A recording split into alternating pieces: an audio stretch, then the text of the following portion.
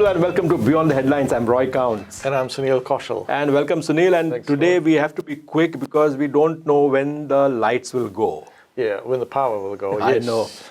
We are now a third world country. Well, it's a shambles, I mean, the moment it came out, I thought, oh gosh, is it back to the Auckland blackout when a mouse cut the cables? Yeah. Yeah, it was, especially in winters, Of course, I come from Mumbai, so Mumbai never suffered power, cuts because we had a very good electric generation system. But large parts of the country, especially in Calcutta and other parts of the country, often load shedding was a way of life. So when the demand goes up, then the supplying company stops the electricity. Exactly what happened here, load shedding. So they're shedding the load. How can this happen in a country like New Zealand, so-called first world country? Well, it starts happening when you stop looking at alternatives of supplying electricity. There was, I think in 1980s, there was a study done in Cook Strait for wind turbine, but the current was very strong. And then, as we very well know, the government has banned oil and natural gas exploration. And obviously being New Zealand and leading in a voice against nuclears, we won't have nuclear power generation. But there are different ways of doing it, and obviously wind is not that great. But we have so much barren land up north, near Kaitaia and all. We can probably have solar fields there to generate some power. So, it's a question, $1 million question. See, what gets my goat is when New Zealand doesn't have, as you rightly said, the alternate means of generating power, then we have to rely on the traditional means of generating power. Currently, the two traditional means is natural gas and coal. Now, one understands that coal is what's now called a dirty fuel. Okay, there's the emissions and all of that. We all understand all of that. Natural gas. Now, natural gas is much better.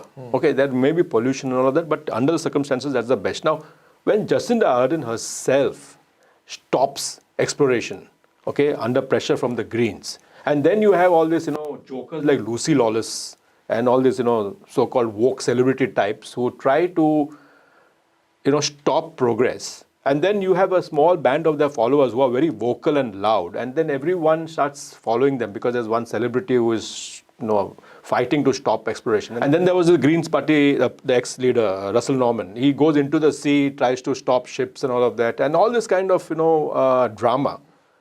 And people get taken in by that. So while all this is happening, it looks very good that New Zealand is clean and green.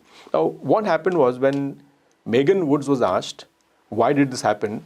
You know what her reply was in Parliament? What was that? She says that it is because our backup generation in Huntly, which mind you runs on coal, did not have enough backup generation capacity. So she squarely, like as usual, like with most of the Labour ministers, puts the blame on someone else. They asked her, would you resign on that? Or would you, because it's a big thing. Just imagine in the middle of the night, children, elderly people in the middle of the cold on a cold day. What really annoyed me was we have had in New Zealand, in Auckland and Mangere, an incident where a life was lost because of the power, different circumstances, but power, right? Yeah. And since then, all the power companies have been responsible that if there's a medical thing, to keep it going. To keep it going. Yeah. My first reaction was, in the areas that the power went, what happens to those who rely on power? Exactly. Do they have like a battery I don't know. Do they have a battery operated thing? Yeah. What about the poor people in the hospital on ICU units or in oxygen? Things like that. I think it's, Megan can blame someone else, but it's the government that needs to be held accountable to, and we cannot, if this is the state, but mind you, Roy, I think our viewers need to know that the coal that is coming, it's not locally generated, it's coming from Indonesia first, right? Yeah. It's high in sulfur, so more fumes. But think about it, the way it's shipped, How much carbon are we burning? Exactly. Our carbon intake in New Zealand has gone so high in the last 3-4 years, what it was previously. And they keep blaming youths, they keep blaming farmers, they keep blaming methane from the cattle. But we had our own coal fields, which are all, in the West Coast, all, closed down. And as you rightly said, now we are importing coal. And this year we imported the largest amount of coal ever. Yes, and that the other point that I realized was that what they've done is rob Peter to pay Paul. Let me explain what is it. So if you generated coal in New Zealand, you would have a carbon footprint, this and that, right? Yeah. So it's easier to import coal where the carbon footprint doesn't belong to you. Yeah. So you can say, I have gone from 10% to I've gone down to 1%. Yeah. But what has happened is carbon emission is coming from some other country. Yeah. It's going there, and you say it's got nothing to do with me. So, you are looking good telling your people that we have done this, whereas, some other country is ripping up the palm trees, ripping up all these things to supply coal to us. In fact, when Megan Woods, put the blame on Genesis, saying that the Huntley coal plant was not generating enough or had not generated enough, the CEO, he came and explained. He says that for us to ramp up production, it takes us to between 6 to 8 hours. You can't tell us at 6 in the evening that there's a huge demand, a huge load, and start generating more in half an hour. You can't do that. I think 6 a.m. in the morning, they had sent a memo saying that we are expecting huge power increase, demand. And then I think 10 o'clock again it went. And then at 12 o'clock, they said we need to have our generators up. But but then it takes so much time to boost it up. So easiest option is cut the power. That's right. And the entire hypocrisy where when the Prime Minister is asked, and when Megan Woods is asked, everyone is putting the blame on someone else. The blame lies squarely with the government, because they are the ones who are supposed to make the policies. And when you're more stuck on whether New Zealand should be called Aotearoa, whether you're more stuck on hate speech laws and all of your pet things that you want to do, and you don't look at the real issues that face Middle New Zealand, this is what happens. And I think this is a very good lesson for all the voters. They voted for this government because of the way they handled COVID. Now that was no way to actually vote in a government. You vote a government on their policies. This government has got no policies, unfortunately. And I want to mention one more thing, and I'll try to bring that screen up. About 6 months back, the New Zealand Herald had carried a full-page article in the business section predicting this, saying that there would be load shedding this winter. And exactly as predicted, it happened. So it is not that they did not know. If the New Zealand Herald had printed it 6 months ago, it means the government should have known this is happening. And why aren't they doing anything about it? Well, certainly, the bureaucrats in the Ministry of Power, or whatever it's called, should have taken note of it, knowing that, even though it's the warmest winter in many years, it's just one weather incident, like, the polar blast that came, to just put you into shutdown mode. And the worst thing is, you don't have enough generation capacity, and you are forcing everyone to install heat pumps. You are forcing everyone to buy EVs. Where will all that power come from? What will run you install a heat pump, but you don't have electricity to run it. Right. What is generating power? Coal is. And they don't want coal. They don't want natural gas. So I mean, it's just a facade to say, that you got to buy EV, right? So there's less carbon emissions, but you're burning coal to charge the EV. And they have this some fantastic scheme EV about. EV is good. It's great. I think it's the way to go forward. EV, no doubt. No doubt. Electrification of trains, buses, cars, everything is the way to go. But what is the infrastructure for that? Right.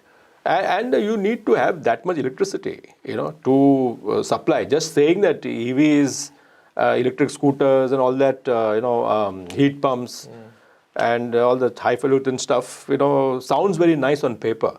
But what's the ground reality? So I have always maintained on this show that this government, the personnel in the government, regardless whether they're the ministers or bureaucrats, the bureaucrats are permanent. And, having worked in the government myself, I'm loath to say that many of the middle level and high level officers really shouldn't be in these positions. And I say it with a lot of responsibility, because every time they want to hire a top honcho in government, they look overseas, which proves the fact that you don't have enough talent in New Zealand to actually make these decisions. And so the bureaucrats, as you have always pointed out on this show, the bureaucrats, are not doing their job or are not giving the right advice. But at the same time, you need ministers who should know what they're doing. Know their portfolio. Don't know their portfolio. Otherwise, this will continue. And, we as someone said on TV yesterday, saying that we are now going into a third world country. And it looks like that. Right, Sunil, let's move on to our next topic, which is the National Party annual conference. What are some of your observations about that, from whatever you have read in the papers? Well, I think Judith has been tasked to I won't say unite, but I think probably to get the leakers out of the party, and she's doing good at that. I think National Party is still in disarray. The resignation of David Carter clearly shows that. I don't think he should have resigned, but he's a man of his principles and values. He's right to resign, saying that, what is the use of me staying when I, not wanted. Yeah, not only that, but I'll be sitting here against my values. So I think Peter Goodfellow is a good fundraiser, but I think it's too long, and David was probably the right person at this time. To be the president of the board. Yeah, some people say he may be old school. So you're replacing old school by old school. But I think he would have brought in fresh ideas and fresh blood and vigor about him. They've also elected first island board member, Islander, Pacific Islander. I think that's a good move. They don't have any farmers on the board, and there's only one South Islander. That's what I read in the papers. Yeah. It's a board election, so how they vote, how they do that, it's up to them. But I still think it's a long way to go. There are obviously few people missing, and I think all the recent stalwarts like Paula Bennett and Chris Findison and all the big names. Yeah, but I think they're probably thinking they've kind of moved away from the party, and I think that's probably nice, rather than hanging around but John Key was very much there, but when some TV reporters asked him about the leadership, he was non-committal. So, and even from whatever I've read in the papers, it looks like, even Judith knows, I think, that she won't be the next Prime Minister, even if National wins the polls. Well, a week is too long in politics. I think,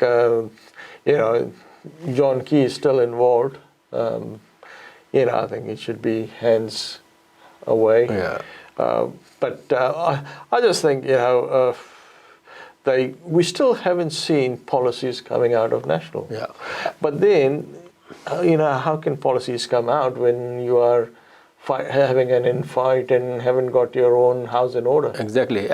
Even with the conversion therapy, imbroglio, the younger Nats want to support it. The older Nats, are not supporting it. Probably not supporting it for political reasons. I don't think because of conviction or ideology. I think it is just politics that they are not supporting it. So yeah, you're quite right. And I think I quite agree with you that John Key,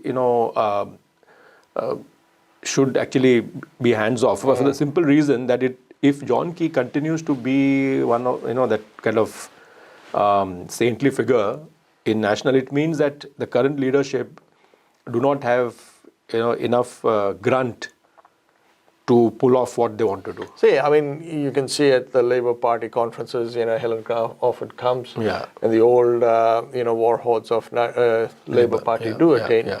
But they do attend. They are not that part of in the background they may be, but they're not that vocal and in your face kind of, yeah. And I think so some people are saying that we may see a national act government in 2023, but looking at the current situation of national, I have my reservations about. See, what you may begin to see is that the dissatisfied voters from national must start voting for ACT, and then those who kind of voted for Labour and are dissatisfied, they might vote for ACT itself. So what we might see is a close neck-to-neck race between ACT and National in 2023. Yeah, unless they come to some electoral understanding on certain seats. I think that's probably worth thinking about. Yeah, like they do in Epsom. Yes. Yeah.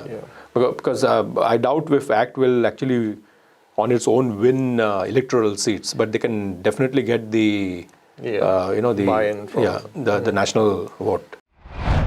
Sunil, again pointing out to some other failures by the government, the Tauranga port fiasco, where number of stevedots, guys who actually unload ships, actually went on a ship which already had a COVID patient.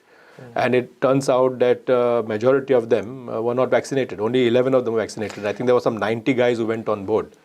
Just imagine, and that was a Delta variant. The guy on the board, which had come from Australia, had the Delta variant. And if that had sneaked into the community, you can imagine the havoc it would have caused. We can see the havoc in India, we can see the havoc in Brazil and in Australia. What are they doing, Sunil? Look, I honestly think they should, everyone should get vaccinated.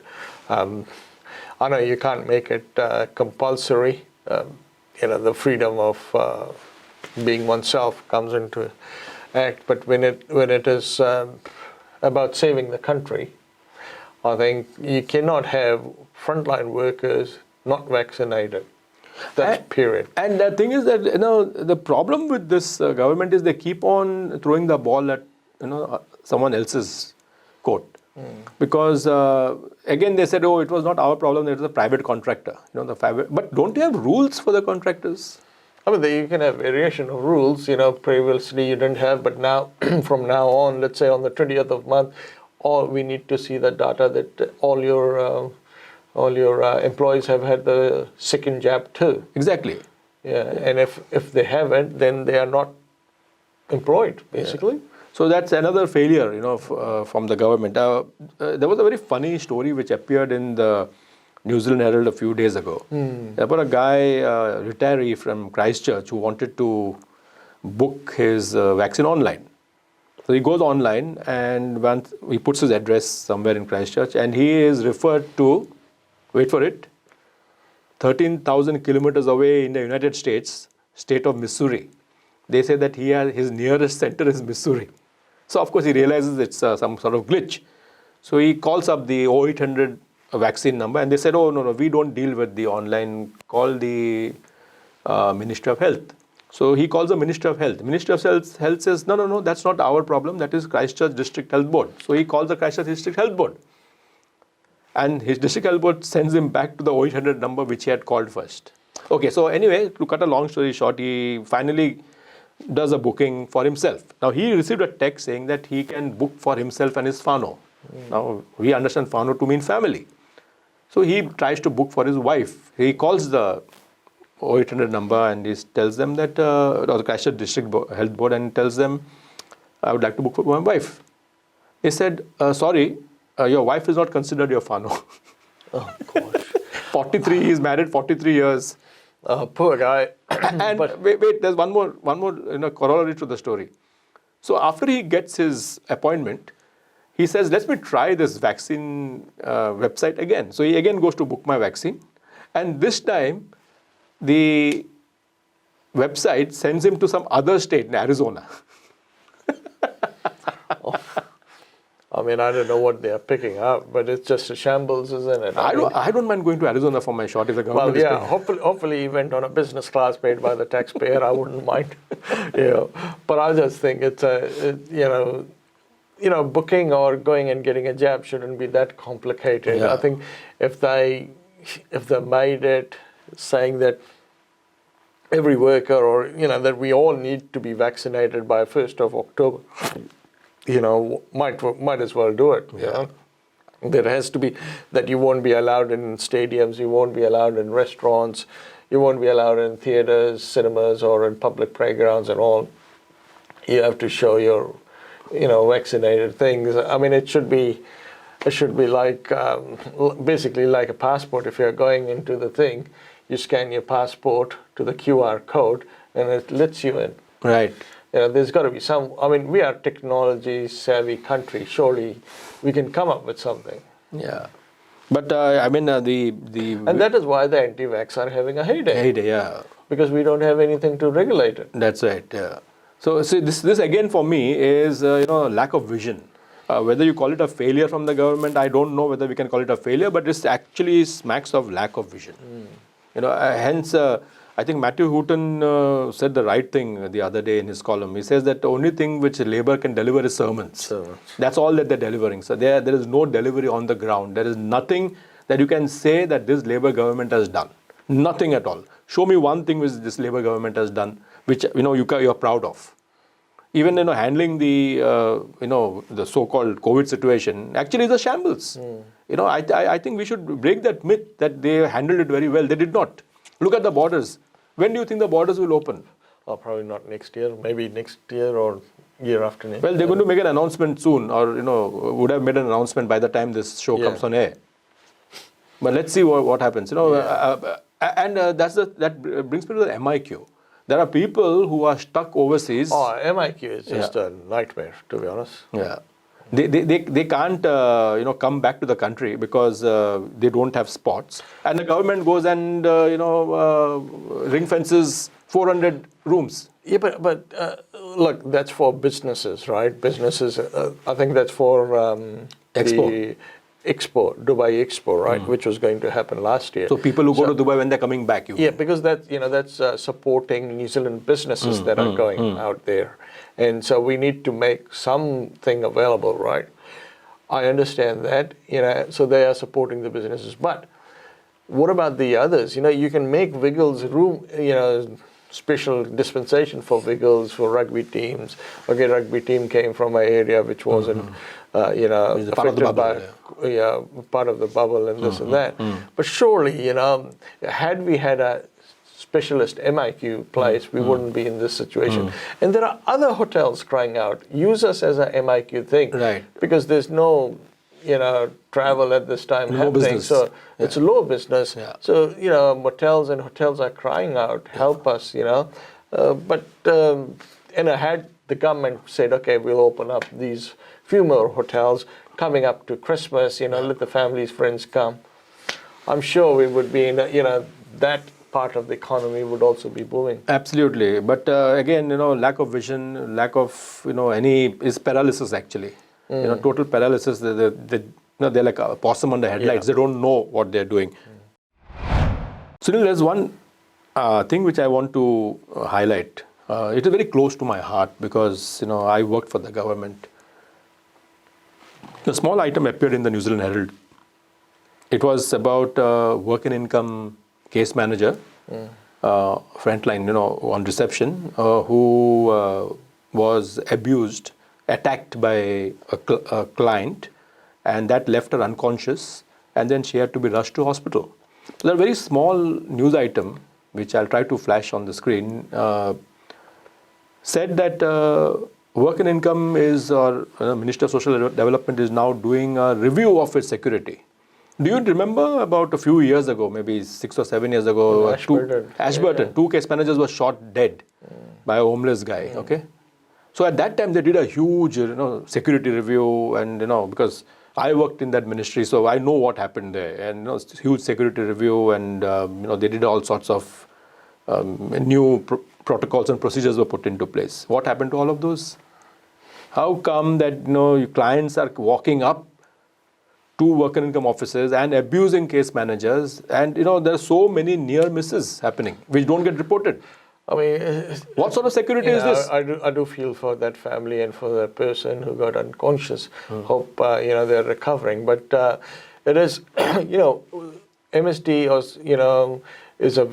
those officers are very vulnerable because the people that are coming are already stressed. No one likes to go or people that go, they are going out of a need, out of a stressful need. And, their mental well-being is not that great when you walk into that. So how, as an employee, are you protecting your own staff? Right. If you had a review 6-8 years ago about security, those protocols should be followed. And Right. if they were not followed, we could have had another fatality. That's someone's life, that's someone's, brother, mother, sister, husband, and all those things. And I think we need to look into this quite. Because I think there's so much focus put on the clients and their issues and their problems that no one actually looks at the poor frontline workers on the other side of the table who are actually serving them and doing a great job. Correct. I mean, each and every work and income employee, minister social level employee is doing a great job in frontline. They're absolutely doing they are a very stressful job. Yeah. It's like being in the health services or being in the police. And they are understaffed. They're understaffed and they're overworked. But it looks like there is the Prime Minister says be kind, be kind. Where is this kindness? I would like to see some kindness for our frontline staff. Finally, Sunil, another small story which appeared in the papers this week, probably something which many may not have noticed, was about a cigarette smuggling case. Yes. Do you remember that? Yes. So just to for our viewers, just to let them tell them what happened. So there was a Air China, I think. What they would do is the plane would land, and one employee would walk to the tarmac from the terminal to meet the plane, and some staff member of Air China would actually give this guy a bag full of contraband cigarettes. Okay, they're not drugs or anything, it's just cigarettes, but no tax is paid. This guy would take that bag into the Air China office. Now, if in case he was caught, he would say that someone forgot it, the passenger forgot it, so we are bringing it. This went on for months and years, and these guys made a pretty packet. Finally, they were arrested and they were caught, and whatever the due process of law was applied to them. Now, why I say this story is, imagine if that was, instead of cigarettes, it was RDX or some other highly lethal or dangerous, thing coming into the country. Where is the border controls? Yeah, I mean, I was amused because I was trying to think, how the heck can you do that? Especially, you've got to go past customs and all that kind of thing. I was trying to imagine it. And then I spoke to some of my friends, who are at the airport and all. And it's all, because New Zealand's a country where you trust everyone, kind of, and there were times when you would never lock the door. So you would not think of such things happening in your own backyard. But I think times are changing, and we need to have a stricter customs, stricter police, stricter law and order in our country. I think what we will see is law and order will become a big talking point at the next elections. Yeah, so this reminds me of that biblical proverb. I'm not very sure how it goes, but it's something about an eye of a needle and letting a camel pass through or something like that. So that's what happens. The customs will let camels pass through, but if they catch, if they find some mustard seed on you, or they will fine you $400, saying that you're or some grass on your or feet. some grass on your feet or in your sneakers, some mud on your sneakers, you're fined. But look at what is happening here. I think, a lot of Kiwis, I'm sorry to say this, and I'm being blunt, we live in a fool's paradise. And you're right, it is because we culturally, have not been exposed to, real bad things which happen all over the world. We are so isolated. But with the changing demography, I think we need to be smart enough now. Yes, we do. Yeah. Well, Sunil, there were so many things we spoke about, small things and big things, and it was interesting, getting your viewpoints on those. So thank you so much, as usual, for sharing your opinions. And viewers, do keep writing into us. Many of you have appreciated our shows. Please continue to do that. It helps us to keep doing what we want to do. And of course, if you some things which you do not agree with, please do write it and let us know, so we can share your views with the other viewers. Thank you so much, and we will see you again next week. Good night.